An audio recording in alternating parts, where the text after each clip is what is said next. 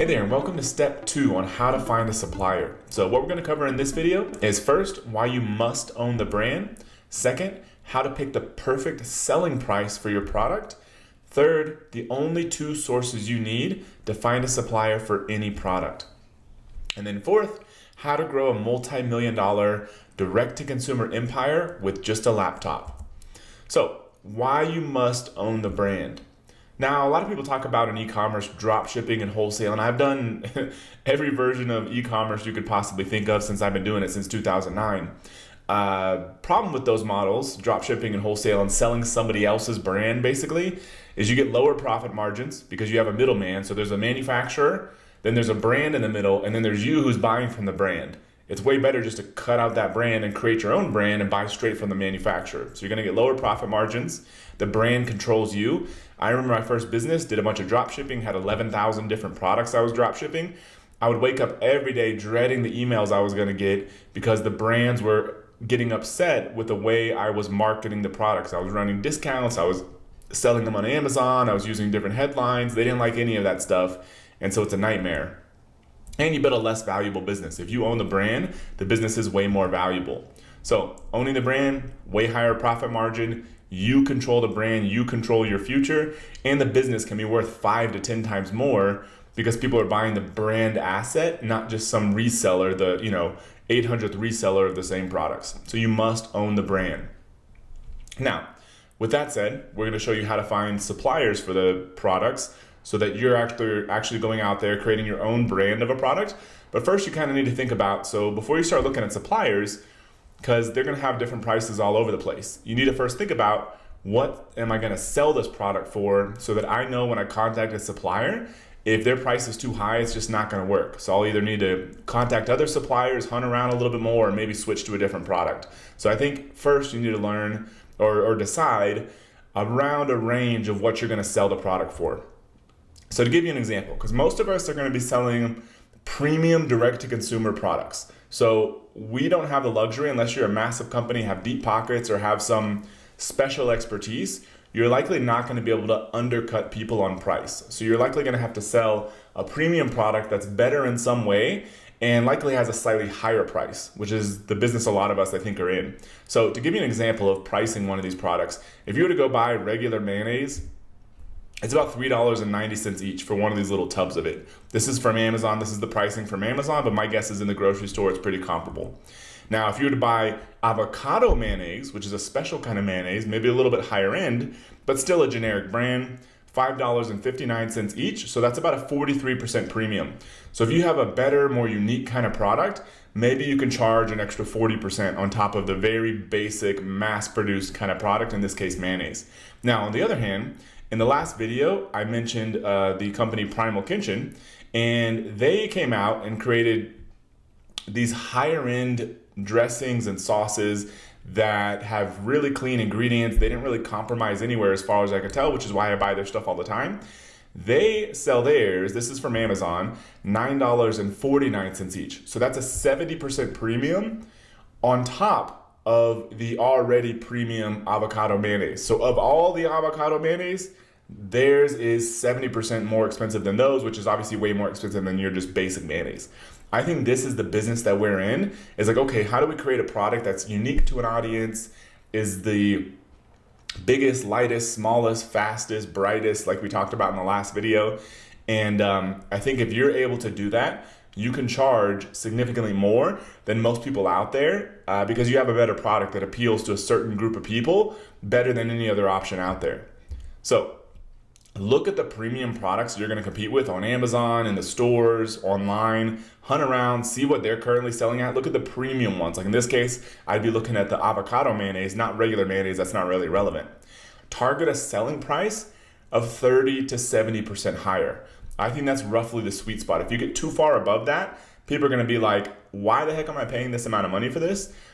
Too far below that, I think you're just missing out on profit and potentially scalability. So target a selling price of 30 to 70% higher than the other similar premium products out there, because you're going to be differentiating. So people won't exactly be able to compare apples to apples. You're not going to be the, X number of, identical yoga mat for sale. You're going to have something different which is going to add value and allows you to charge a higher price.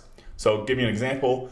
If a generic product sells for $25, kind of the premium generic product, that means your product, you could expect to be able to sell it for say $32.50 to $42.50. That's around the range that you're kind of looking at. For us selling coffee, almost pretty much everyone sells for $14.99.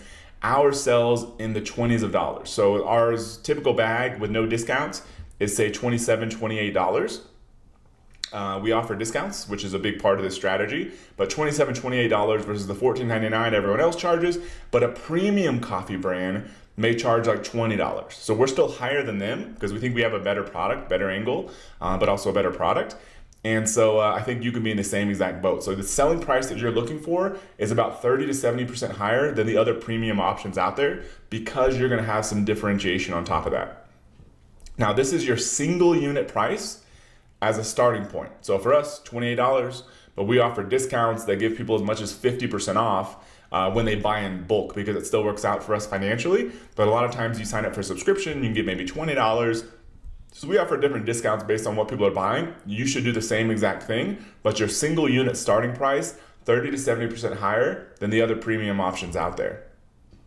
Now, that's a little bit about pricing. So once you kind of have that figured out, that gives you an idea of your selling price. And remember, we're trying to hit that 4-to-1 number. So if you find, just to make the math easy, that your product is going to be able to sell for around $100, then you want to make sure that your supplier cost, product, packaging, and shipping it to wherever it's going to end up being shipped to customers, kind of if it's coming from China, whatever that cost is, because it can be pretty big to get it over to a US warehouse.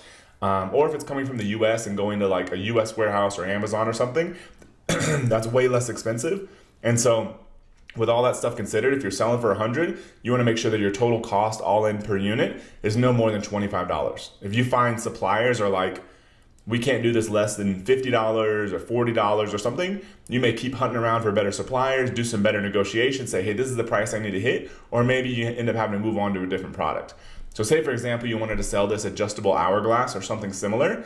You just Google electric hourglass manufacturer or digital hourglass manufacturer or electronic hourglass manufacturer. And as you can see, it popped about 2.3 million results. Most of those are not going to be relevant, but a lot of the first ones are. One of the sites that ends up popping up in that search, the very first one, was Alibaba.com. So the first source is just literally Google whatever the product is, manufacturer. The second source is go straight to Alibaba.com, which depending on the product is kind of going to be the first listing anyways. This is a supplier site that will connect you with manufacturers from all over the world. You type in the same thing, some relevant keywords such as electronic hourglass, you're going to get all the resources you could ever want. Now, depending on how unique your product is, like this one is a little bit unique. You may have to dig through quite a few pages to find something that's relevant, but other products, every listing is pretty much going to be relevant, just depends on the product. But those are really the only two sources you need to find any product out there. Now, for example, completely different market, but say you wanted to create a healthy snack. Say you've got an idea for one, maybe it's a protein thing, maybe it's a cookie, maybe it's a chip, maybe it's something else. So you can literally just Google healthy snack manufacturer, or if you've got something more specific, just search for that. Here's one of the ones that I saw when I just did the search, was this Warl Corp. I'm not really familiar with them. I've never sold a snack product really. And so they literally just do snack manufacturing. That's all they do. And they kind of specialize in high quality ingredients, making clean confectionery and snack products. I opened up their website. I looked at their capabilities. Artisanal chocolate panning, chocolate enrobing, whatever that is, nut cluster squares, snack bites, brittle and toffee, all these kind of different things. And if one of those things is what you're looking for, fantastic. If you've got something more specific, Google that instead. These people's entire business is to help you bring your product to life. Now, not all are going to be created equal. You may want to contact 3 or 4 of them to find one that seems like a really good one to work with. But this is their whole job. They're sitting there waiting 24/7 for people like you to contact them to bring some new products to life. They make money, you make money. That's what they're there for. So that's literally all you have to do to find a supplier for pretty much any product you want to sell in a direct-to-consumer business. Now, a few sourcing tips. First, know what you're looking for before you contact them. Know your EST or EST, as I said kind of in the last video. What is it you're trying to improve or differentiate on this product? Have that clarified, and ideally have some flexibility in there so that when you contact them, you say, here's what I really want, but I'd be willing to settle for this kind of improvement if that's possible, if it's faster, if it's cheaper, because sometimes there can be a big difference. They're like, okay, if you want to change the material completely, this may take a long time, maybe super expensive, et cetera, et cetera. But if you're like, I just want to, I'd be good enough if we just change the color or use one of these other materials you already have, that could be super quick. So you kind of want to have a few options there and kind of know what you're looking for. Be a little bit flexible before you contact them. Second, be confident. You may have never done this before. They've been contacted by hundreds of people who've also never done this before. Just know in your head that eventually your business is going to crush it. Eventually your business is going to grow. It's going to be producing lots of sales, and they're lucky to have you as an early client, and them being an early supplier for you, because if they help you now, you're going to be loyal to them later on. Come in with that mindset so you're not thinking like, oh, I'm super nervous. Like, why would they trust me? I've never done this before. Don't worry about any of that stuff. They've been contacted a million times by people just like you, and every massive business today started very small. Whether it's Google or whether it's Apple. I interviewed once Sarah Blakely from Spanx. She just sold her business for, I don't know what it was. I think it was over $1 billion valuation. She sold the majority of it to a massive private equity company. And she literally started with nothing. She was like hand making these things in her house. And then once she finally got her products into Nordstrom, she was running around to the individual stores, rearranging their displays so hers was featured better. Ended up getting picked up on Oprah, ended up building this massive company. But it all started with nothing. And so we've all been there. So don't worry, don't be concerned about that. Third, start as small as possible. Don't let one of these manufacturers convince you that you have to order tens of thousands of dollars just to get started. Not the case.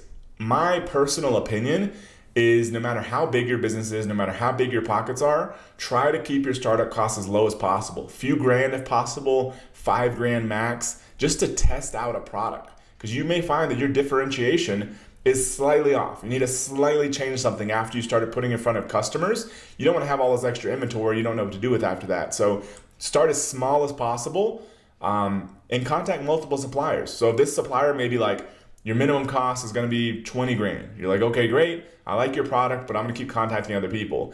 And you may contact around, and some people are like, oh yeah, we'll let you do this with just a couple hundred units. Your total cost all in is going to be a few $1,000s. Fantastic. You may even take that back to that first manufacturer if you like them better. Say, this is what they're going to do. This is going to be my long-term partner. It's not going to be you unless you're willing to work with me right now because I need this, because I need to test out this product. I don't know if it's going to work. So start as small as possible. That, I think, gives you the best chance of success because you can start small, you can move fast, you can pivot, you can adjust. You have more chances at success. So now, how do you grow a multi-million-dollar direct-to-consumer empire with just a laptop? And what I mean by this is, how do you do this? Do you have to have a warehouse? Do you have to have an office? Do you have to have staff? You don't really need any of that because you're going to go there and set up your Shopify store, for example, which is, there's no reason why you would use any other platform for this business model. Then all you need is customers will go shop from you in your Shopify store. Then when they place an order on there, then your order is basically going to automatically be sent, ideally, to a fulfillment company. That fulfillment company will automatically ship the orders out to the customers, and then you basically just keep getting paid. Money keeps getting deposited into your payment processor and your bank account, and it's just racking up all day long. So the missing piece here, so Shopify, we kind of understand. Customers, obviously, we understand. You're kind of in the middle of all this. The only other piece is the fulfillment company. So the fulfillment company, that's their whole job, is to store your inventory and ship out individual orders to customers. So here's kind of how this process works. First, you set up your Shopify and payment processor to take orders. Second, you get inventory manufactured in the US or overseas. Then you have your inventory sent to a shipping company. I'll give you a few recommendations here in a second. Then you set up your Shopify store to automatically send orders to the shipper. So if you start getting, 10, 20, 30, 40, 100, 1,000 orders a day, you don't want to be manually sending those over to the manufacturer. So there's tons of little apps and integrations, and your fulfillment company will probably have a preferred one for you to use. And so you could set it up in your Shopify store. You can even use Amazon, which we'll talk about in a second for this. But from your Shopify store, customer orders, it automatically goes to the fulfillment company, and then they automatically send the product to the customer. 100% automated. You don't have to do anything to make all that happen after the initial setup. So then when the customer orders, you get paid immediately in your payment processor, and the order shipped out to the customer. So a few different shipping company options. First, you could do it yourself. Maybe if you're just starting out, and you can kind of see how it goes and wait till volume increases, you can literally have the inventory sent to your house and then use something like Stamps.com, which helps you prepare the shipments. to send out, one a day, two a day, three a day, however many a week. I mean, this is literally how I started way back in the day, shipping orders out myself and my fiance until it got too crazy and then had to pay somebody else to do this. So that's an option if you want to be super lean. Another option, you can use fulfillment by Amazon. If you're already selling on Amazon, you can actually connect it so that your Shopify orders, you can do it manually, but you can also automate it so that orders from your Shopify store are actually fulfilled from your Amazon inventory. Another option, a company called Falcon Fulfillment. I'm actually an investor in this business. They do an extremely good job. So falconfulfillment.com, that's their whole business, is helping direct-to-consumer businesses automate their shipping. They do a great job, super high standards, and so they're another option. Big option is something called shipbob.com. So this is a more mass market kind of solution. Or you can literally just Google 3PL company. 3PL stands for third party logistics, meaning you're not doing the logistics, it's a third party.